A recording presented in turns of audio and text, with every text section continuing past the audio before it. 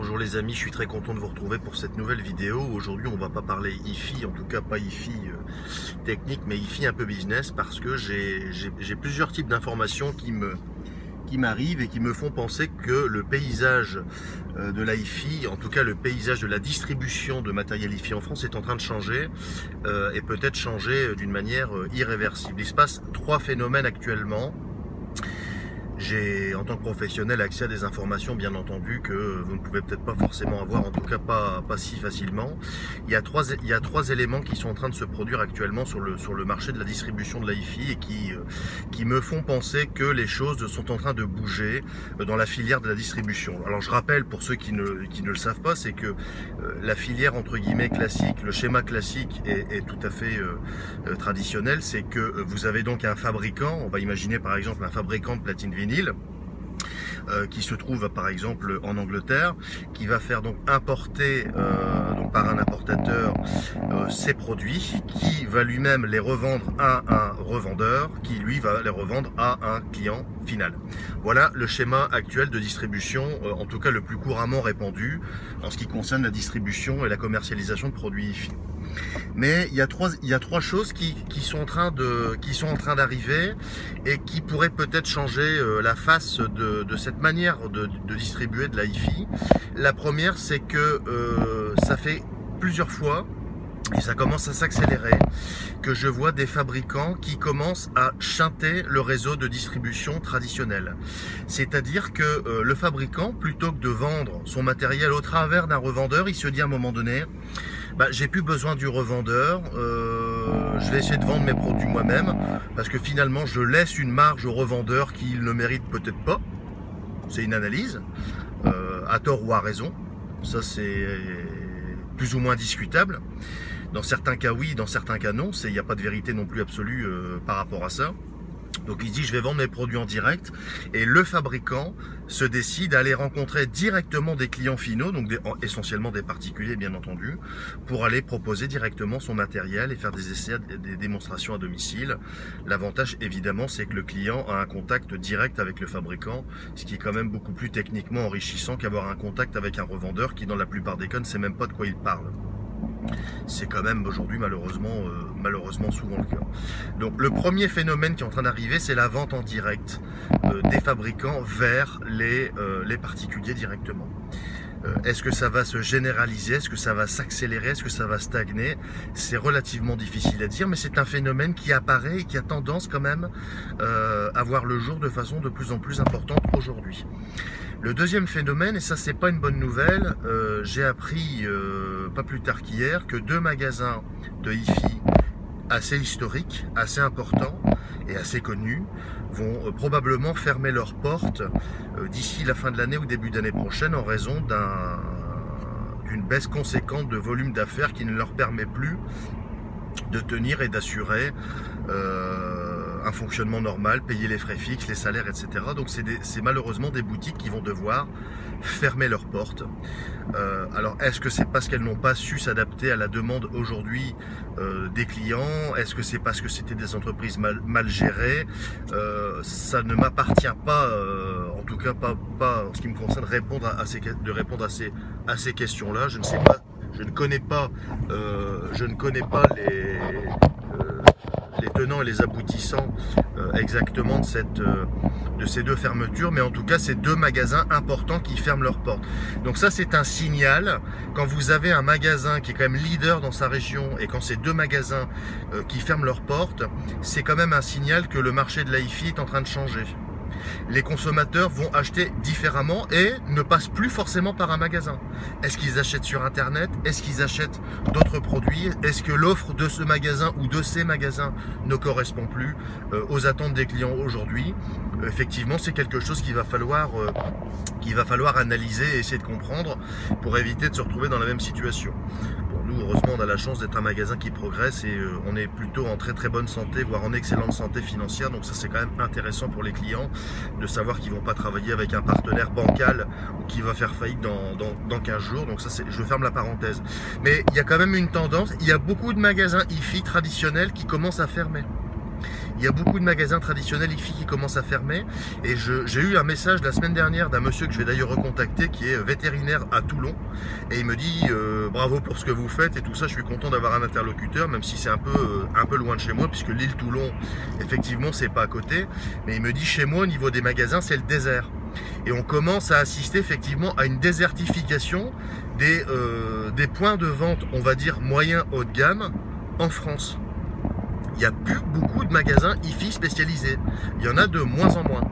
Et ça, je vois de plus en plus des demandes qui nous arrivent de clients qui sont dans des zones un petit peu mortifères où il n'y a quasiment plus personne. Donc les gens se rabattent sur des sites internet, achètent des produits sans les écouter. Vous savez bien que c'est des achats un peu casse-gueule parce que si on n'écoute pas les produits, c'est un peu compliqué de se faire une idée. Des déceptions à la clé, c'est un peu kamikaze comme approche. Mais bon, on peut tout à fait se faire plaisir en faisant un achat sur internet. Il n'y a pas de contre-indication. Mais pour les gens qui ont un niveau d'exigence, on va dire, très élevé, ou plus élevé que la moyenne des clients, c'est vrai que faire un achat sur internet, c'est toujours un peu hard. C'est pas forcément évident. Et justement, j'arrive au troisième phénomène, qui est que la plupart des sites internet qui vendent du matériel IFI, qui ont des paniers qui sont très faibles, il faut savoir que le panier moyen IFI, aujourd'hui sur internet, il est de 240 €. D'après nos informations, alors c'est peut-être 260 ou 220, peu importe, grosso modo, c'est pas le sujet. Mais le fait est que aujourd'hui, sur Internet, la problématique, si vous voulez, des entreprises qui vendent de l'IFI sur Internet, est le suivant, c'est qu'elles n'arrivent pas à vendre des produits haut de gamme. Nous-mêmes, sur notre site internet, nous ne vendons pas de matériel haut de gamme. J'ai aucun problème de le dire et de l'annoncer. C'est un secret de polichinelle. Comment voulez-vous vendre un ampli à 10 000 € ou un ampli à 5 000 € sur internet sans que le client puisse l'écouter? Ce qu'on va vendre sur internet, c'est des petits produits, des accessoires, des récepteurs Bluetooth, des petits accessoires, ce genre de choses, ou des appareils jusqu'à 1 500 ou 2 000 €. Mais pas plus, parce qu'après, ça devient trop engageant. Après, ça devient trop psychologiquement quelque chose de risqué pour le client final, et on peut tout à fait le comprendre, et il se dit, je vais quand même pas m'acheter un truc comme ça sur internet. Ça reste un produit technique, ça reste un produit à sensation, ça reste un produit qu'on a besoin de toucher, d'écouter, de regarder, et surtout de s'assurer d'un service après-vente, parce que je ne vous raconte pas, on récupère tous les jours, mais là je suis vraiment sérieux, et là j'aborde un autre sujet, je reviens tout de suite sur le cœur du truc après.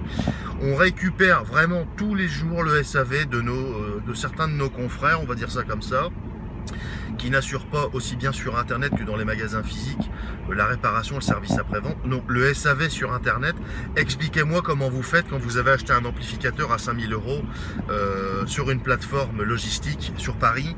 Le jour où vous avez un souci, expliquez-moi comment vous allez faire. Croyez-moi, vous allez bien vous marrer.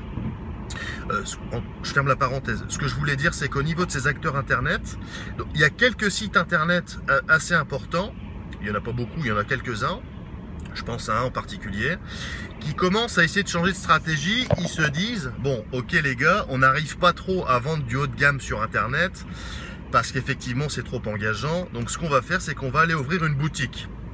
On va ouvrir une boutique qui va reprendre le nom de notre site internet, et on va essayer un petit peu de faire du business comme ça. On va essayer de faire un petit peu du business comme ça, vendre des accessoires, comme on fait d'habitude, mais essayer de faire monter un petit peu le panier. C'est un pari qui peut fonctionner, c'est un pari qui est à mon sens relativement osé, parce que c'est pas du tout le même métier. La IFI haut de gamme nécessite quand même un certain nombre de connaissances et d'expériences techniques que n'auront pas forcément tous les vendeurs qui vendent de la IFI, on va dire un peu plus traditionnelle et un peu plus d'entrée de gamme, qui est moins exigeante en termes de technicité. Mettre en œuvre un système à 1 000 € et mettre en œuvre un système à 30 ou 40 000 €, c'est quand même pas tout à fait la même, la même démarche, et donc automatiquement ça peut effectivement créer des problèmes.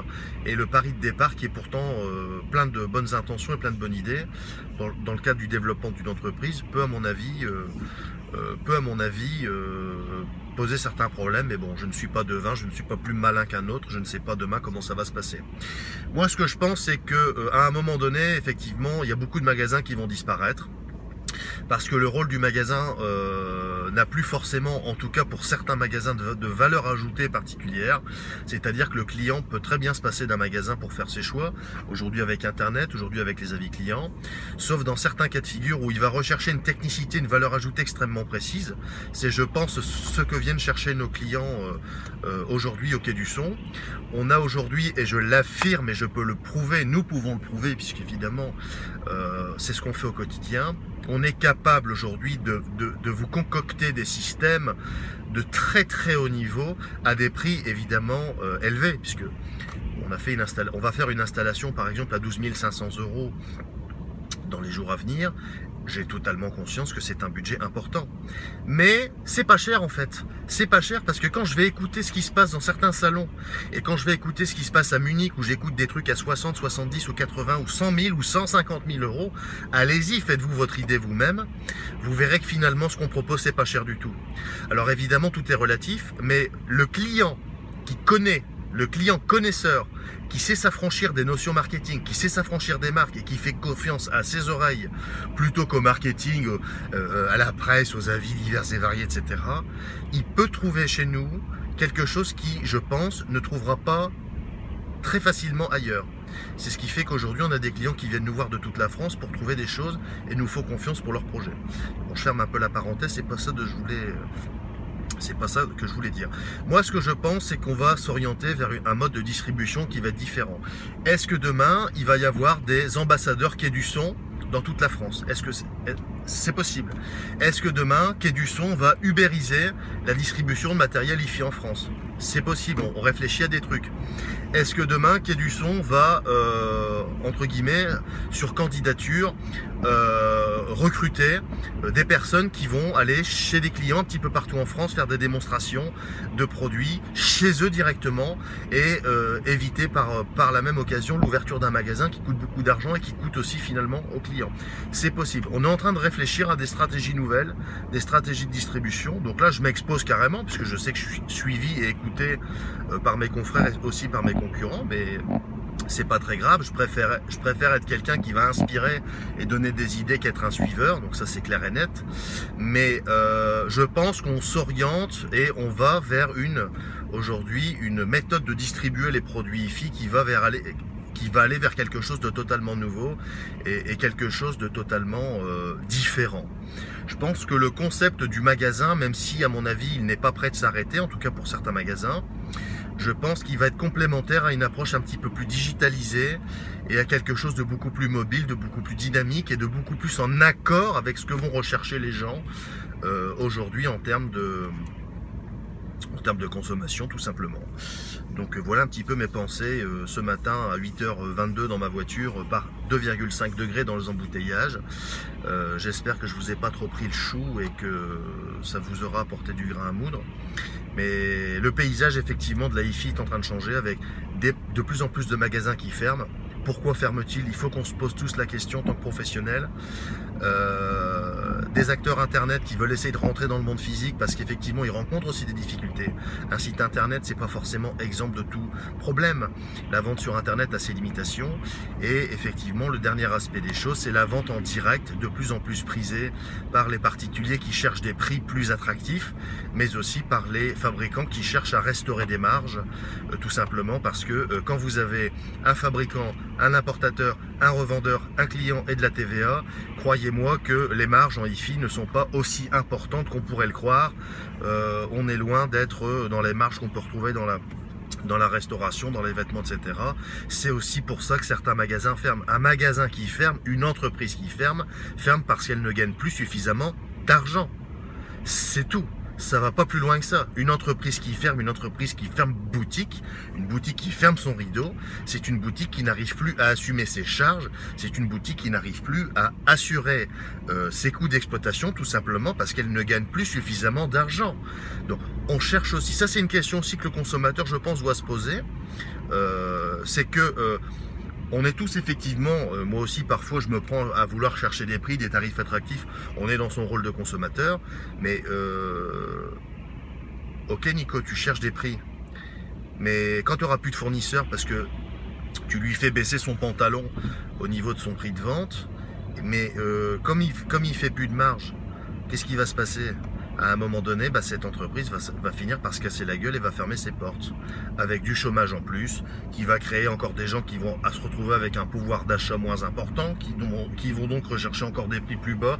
Et on y va, et on y va, et ça tourne, et on se retrouve avec une économie qui est dépressive, une économie qui est complètement déprimée, et qui n'arrive plus à se refaire une santé, et on se retrouve avec des millions et des millions de chômeurs.